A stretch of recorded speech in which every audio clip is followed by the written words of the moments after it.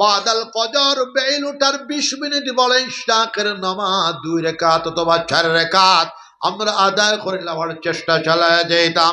বিশ্ব নবী মুহাম্মদুর রাসূলুল্লাহ সাল্লাল্লাহু আলাইহি সাল্লাম বলতেছেন ইশরাকের নামাজ আদায় করলে এক মকবুল হজ এক মকবুল উমরার সওয়াব পাওয়া যাবে।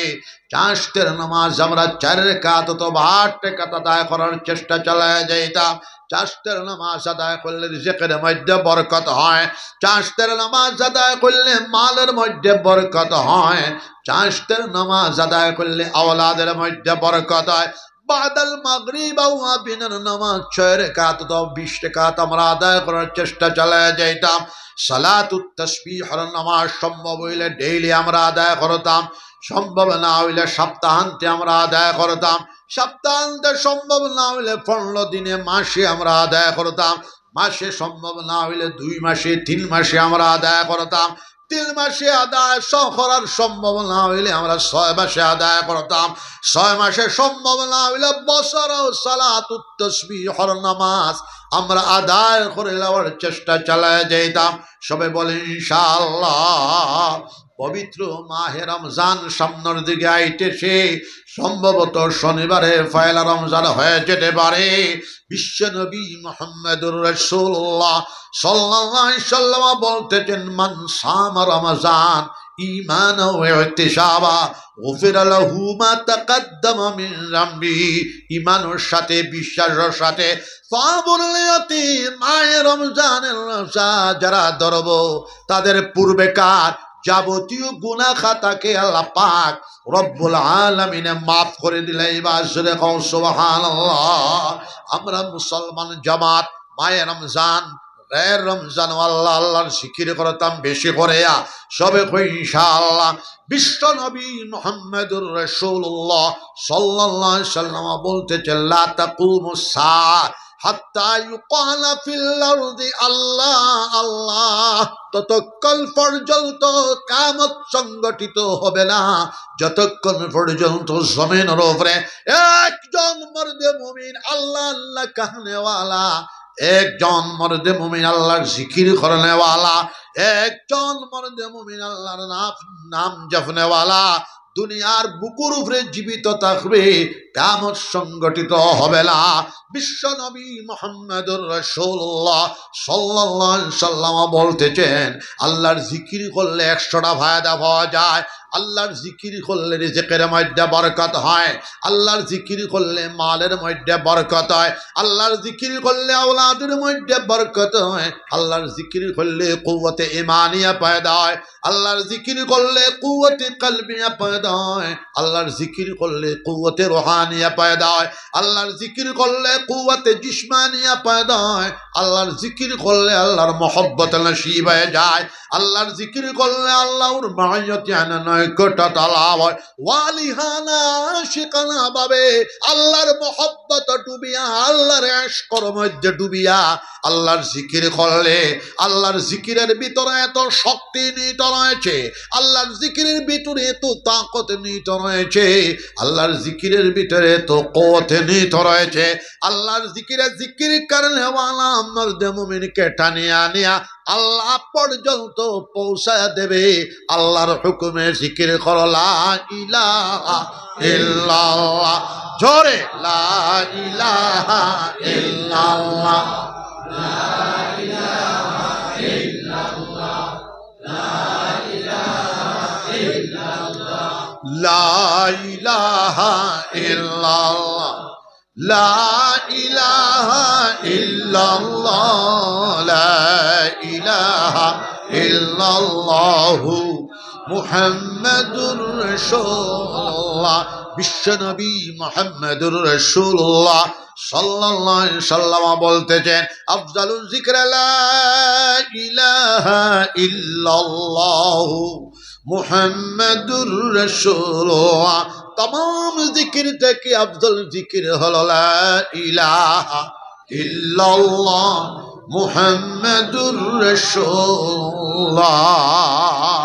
কালিমাতুত তাওহীদ, কালিমাতুল ইখলাস, কালিমা তাইয়্যিবা আমরা রায় তুতিবার সময় 200 বার 100 বার অথবা 200 বার অথবা 500 বার কলিমার জিকির করিয়া হতে রইতাম সব ইনশাআল্লাহ।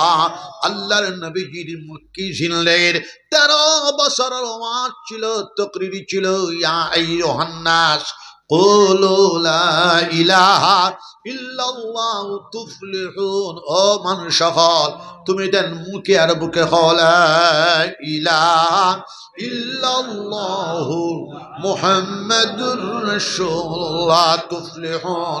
ইহ জীবন পর জীবনের মধ্যে তোমার তান সফলতা নামি আসবে। জোরে বলো সুবহানাল্লাহ। আপনারা জানেন সুলতানুল আউলিয়া তাজুল আউলিয়া সুলতানুল হিন্দ হযরতে খাজা মুঈনুদ্দিন চিশতি রাহমাতুল্লাহ আলাইহি এই দেশের মধ্যে আইলা, এই দেশ মুসলমানের খালি দেশই ছিল।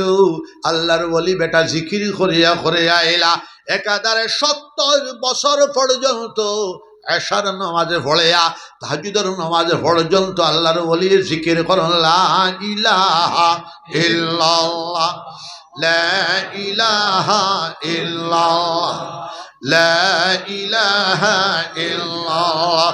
হযরতের জিকিরের বরকতে, দোয়ার বরকতে, মুরাকাবার বরকতে, তাওয়াজ্জুর বরকতে, নিসবতের বরকতে কাশ্মীর থেকে কন্যাকুমারিকা পর্যন্ত জীবনের 1 সফরের বরকতে 92 লাখ মানুষে পড়ে নিয়েছিল লা ইলাহা ইল্লাল্লাহ মুহাম্মাদুর রাসূলুল্লাহ। হযরতর বঙ্গর দিকে জীবনের 1 সফরের বরকতে 7 লক্ষ মানুষে পড়ে নিয়েছিল লা ইলাহা ইল্লাল্লাহ মুহাম্মাদুর রাসূলুল্লাহ। হযরতর দোয়ার বরকতে, জিকিরের বরকতে, মুরাকাবার বরকতে, দাওয়াতে ইলাল্লাহর বরকতে হযরতর জীবদ্দশায় মুসলমানের রাজত্ব প্রতিষ্ঠা হয়ে গেল। সর্বপ্রথম হযরতর দোয়ার বরকতে মুহাম্মদ গুরির মাধ্যমে ভারতবর্ষের সর্বপ্রথম বাদশা কুতুবউদ্দিন আইবক হয়ে গেলেন। হযরতের জীবদ্দশায় মুসলমানের রাজত্ব, হযরতের জীবদ্দশায় মুসলমানের রাজ, মুসলমানের সুলতানত, মুসলমানের বাদশাহী কায়েম হয়ে গেল। কুতুবউদ্দিন আইবক থেকে বাহাদুর শাহ জাফর পর্যন্ত দুর্দান্ত প্রতাপশালী হিসাবে 850 বৎসর হযরতের দোয়ার বসল, দোয়ার বরকতে মুসলমানরা রাজত্ব করলো। জোরে কও সুবহানাল্লাহ। আজ মুসলমান বিশ্ব নবী মুহাম্মদুর রাসূলুল্লাহ সাল্লাল্লাহু আলাইহি সাল্লামের নির্দেশনা, আল্লাহ পাক রব্বুল আলামিনের হুকুম আমরা মানিয়ে চলতাম। 5 ওয়াক্তের নামাজ আদায় করতাম, আমরা ইলমের তালাশ করতাম, জ্ঞানের তালাশ করতাম, পড়াশোনা করতাম। এই অঞ্চলটাকে 500 হাফিজে কোরআন বানাইতায়। সবে হাত উঠাও, সবে ইনশাআল্লাহ। এই অঞ্চলটাকে 500 হাফিজে কোরআন বানাও। রতনপুর মাদ্রাসা দাও, ইনো ছোট মোটো সম্ভবত মাদ্রাসা আছে। যার যে মাদ্রাসা পছন্দ লাগে সম্ভবত রতনপুর মাদ্রাসা, দারাখাজার মাদ্রাসা দিবাই, বাসান্দি মাদ্রাসা দিবাই, গোবিন্দপুর মাদ্রাসা দিবাই, দেওবন্দ মাদ্রাসা দিবাই। 500 হাফিজে কোরআন বানাও।